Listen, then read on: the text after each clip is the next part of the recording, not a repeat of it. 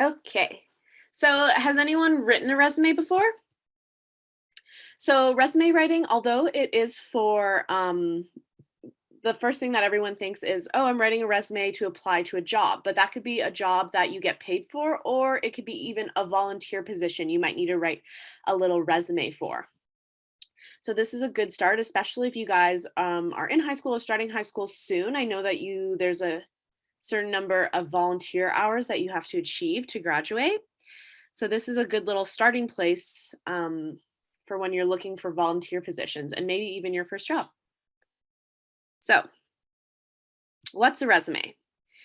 It's basically a summary of the most important information an employer would need to know about you to consider a new hire.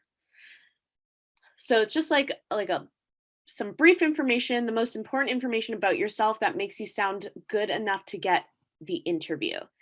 So when you're writing a resume, you're thinking about why you'd be good for the job, but your main goal of writing and handing out resumes is to land an interview. So there's a few different types of resumes.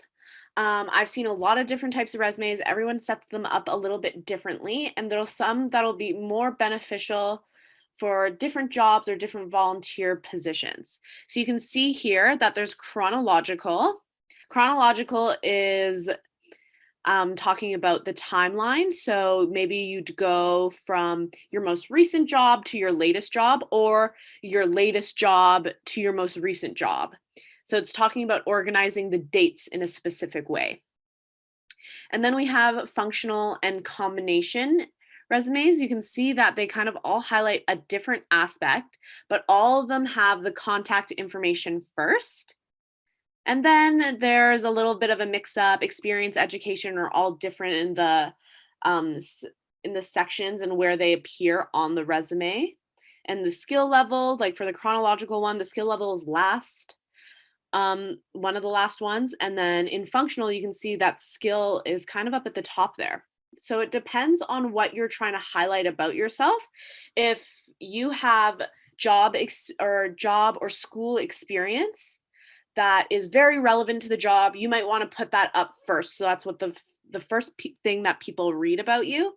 Or if your job is really about your personal skills, and you know that those skills are going to really attract an interview, then you might want to put those first. So the idea is that you don't have to follow any basic resume template. You can kind of make it so that it fits what job you're trying to get best. So there's tons of different types, and you can definitely go into Word and click create template, and they'll spit out some more generic ones for you, or you can kind of customize it to what you need it to do. So we have the components of a resume. So Lucas told us that we give a little bit of background experience, and then we also talked about maybe putting your education in there. And we just saw the last slide, we saw that there's contact information there too. So the first one is contact. So what sort of contact information do you think a potential employer would need from you? So phone number is a good one, especially if you have a cell phone, so that they're not just calling your house phone and they're calling you personally. That's a little bit better.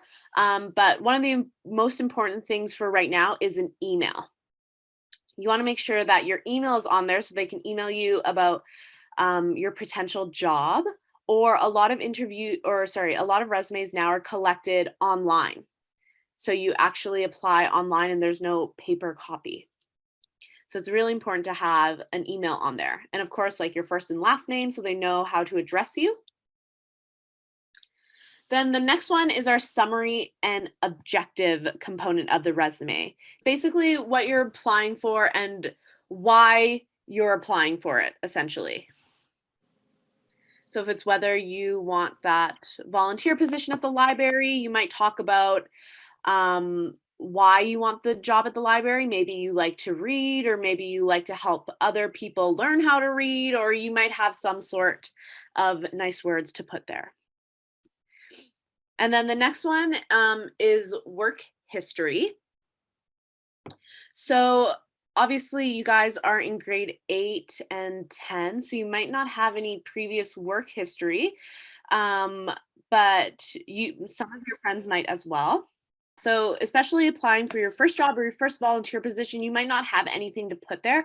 So, we'll talk a little bit about later about what you can do in that section.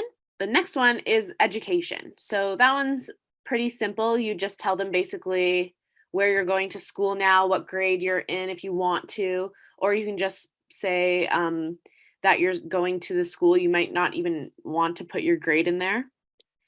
And then we have our last little section is skills and certifications. So maybe you really know how to use Excel or Word or PowerPoint. You might want to put those skills on it. Those might be helpful. Or if you have like a first aid certificate or a babysitting certificate, those things might be important for the job you're applying for too. So we have there our components of writing a resume. And then you can see on the right-hand side there that I have like this example of what a resume might look like. So you can see that at the top there, they've put their name and their current job title. And then you can see that they have phone number, email, their LinkedIn, their Twitter, all their different contact informations. Maybe those might not all be applicable for you guys on your resumes, or maybe there are other ones that you might want to add.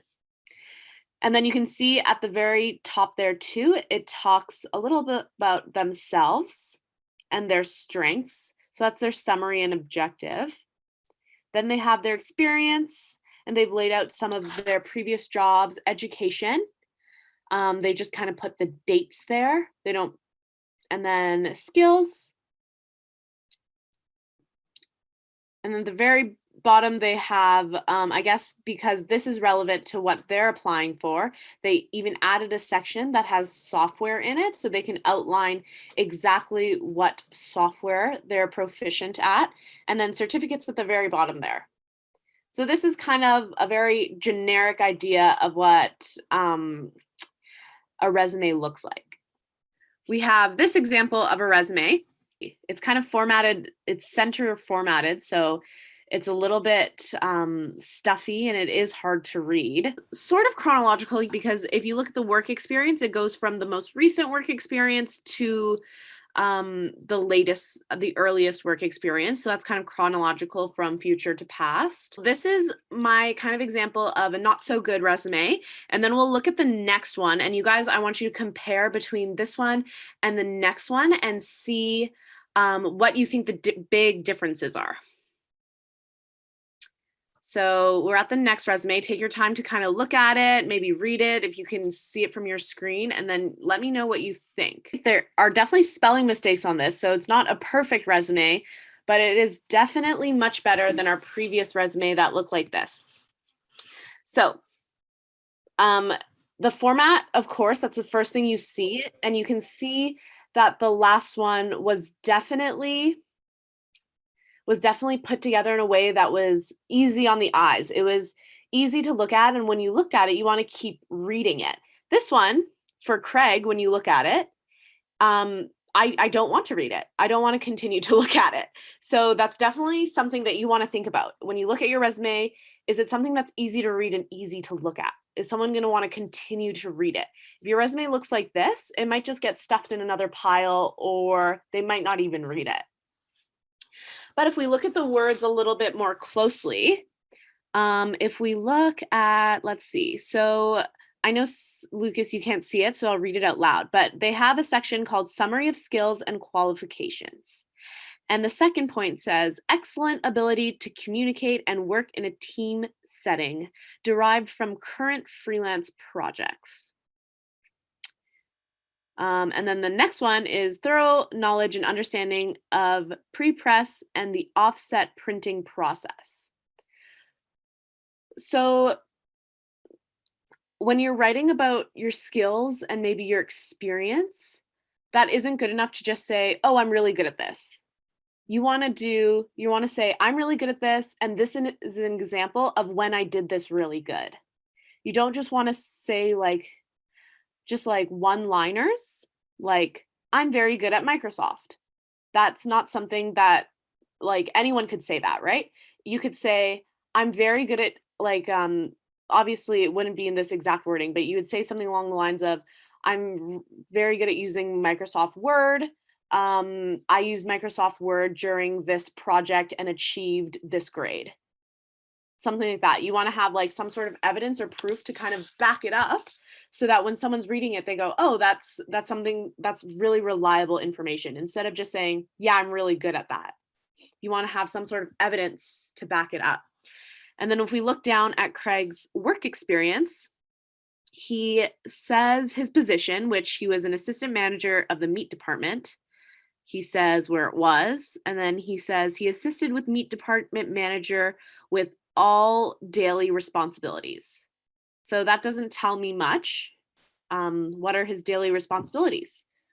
Why do those daily responsibilities have relevance to the job you're applying for now? And then he said inspected and signed for deliveries in manager's absence. That almost isn't important at all. So there's no reason to put that in. Direct customer service. So he says direct customer service, but he doesn't say how he worked with customers or how his experience working with customers is going to help him in this new job. It just like kind of just states the facts and doesn't have anything to back it up. So you always want to have it something to back it up. Whereas if we look at the next resume here, we can see under work experience, intern architect on the third point down, it says produced drawings and layouts and assisted the clients throughout the projects. Clients had a satisfaction rate of over 95%. So right there, you can see that she laid out some sort of number to back up what she was saying. So she's saying, I worked really closely with customers and over 95% of them said I did a good job. That's what she's saying there. And then if you look down onto personal projects, even though it's spelt wrong, it says that the jury called this design handsome and sophisticated. So she's saying, she's giving a testimony example of a client that she worked with and that they were really satisfied and they enjoyed what they did for her. So you can see clearly the difference. It's not just, oh, I worked and did this thing. It's I worked, I did this thing, this is how good I did, and this is why it's helping me with this job now. And like Katie pointed out, the skills and the languages, having that sort of graphic, it's really easy to consume that information. You look at skills, you see, oh, she's really good at presenting. She's maybe less great at written and oral, but still very strong. And then languages, oh, she's fluent in English, knows some Danish, German, a little bit of Spanish. You can see that and know that right away. It doesn't tire you out when you have to read it. If you go back to the last one and you're trying to read the achievements here, I don't even want to read them, right? It's kind of like crammed, boring. It's not exciting to read. Putting like some sort of smart art or graphic into some sort of document that could be like taxing or boring to read really kind of spices it up and makes you want to look at it for longer. Important to put to quantify your resume. So you're not like, for example, like she has a lot of numbers in there. So she has the 95% of satisfaction. And then the point on top, she says that she worked on 6 major projects. So using numbers to back up what you're saying is really helpful on a resume. The most important thing I think of when I'm writing a resume is everything I'm saying, I should be able to back up with some sort of number. So for example, if I was talking about my experience working at a retail store, I would say that if I was like a merchandiser and I was the one putting out the product, I would say that I was, okay, let's give an example this way. If you were a sales associate and you're selling to people, you could say that you are very efficient in customer service, and over 90% of your customer interactions resulted in sales. So you could say something like that. Or if you're talking about volunteering, maybe you worked at a summer camp, and you could say that you were a camp counselor and you led and were responsible for 10 kids under the age of 8. So you're saying things to make it a little bit more specific so that they have more of an idea about you. If you don't have any experience, maybe you can talk about working in a group project. If you worked in a group project, you can tell them that the group project had five other people in it. We were able to collaborate and achieve a grade of 85%. You could say things like that to kind of spice it up, and give really nice evidence as to a thing you did that was good and how you did it good. That's definitely, for me, one of the most important aspects of a resume. Anyone could write a resume and tell us what you did, but the most important part is if you're able to back that up in a really clear and concise way. Because of course you don't want to have to write like 7 paragraphs about how great you did in a group project. You want that information to be short and sweet and really easy to read. Okay, so do's and don'ts. We talked a lot about the resume stuff. So you want to keep it clear and concise. You don't want to kind of ramble forever. You just want to give them the information very directly. I worked here and I learned how to do this and I did this good, that kind of stuff. You want it to be very clear and concise. You're not writing paragraphs. You want to keep everything really easy to read. The next one is make sure you proofread. So just like we saw on that last resume, there was some mistakes, and especially if you're printing out your resume, you definitely want to double, triple, and quadruple check it to make sure there's no spelling mistakes, because it's the worst thing when you do your whole resume, you think it's perfect, and then you print 5 copies, and then you read it and realize that you have to print them all over again because you spelt something wrong. So just make sure you double, triple check, and maybe even get someone else to read it too, so they can maybe find any mistakes that you missed while you were proofreading. You want to limit to 2 pages. So you guys, since you guys don't have much work experience and maybe not too much volunteer or other experience too, you guys will want to keep it to 1 page. But maybe perhaps someone who's worked like 5 different jobs is like 40 now, like maybe they'll have tons more of stuff that they need to write down. So, but you still want to keep it kind of on the shorter side and limit it to 2 pages.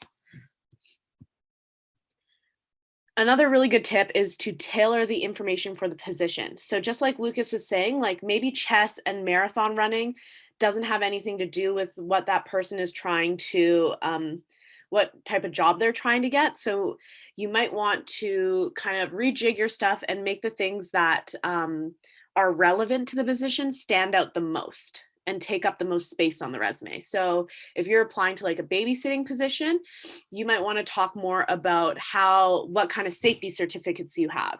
So the most important information you might want to put up top. Even if like your certificates and accomplishments like that, traditionally it goes last on a resume. If it's really important for the job that you're applying for, you might want to put it first. It's up to you how you organize it. There's really no rules. You just want to keep it looking professional and clear.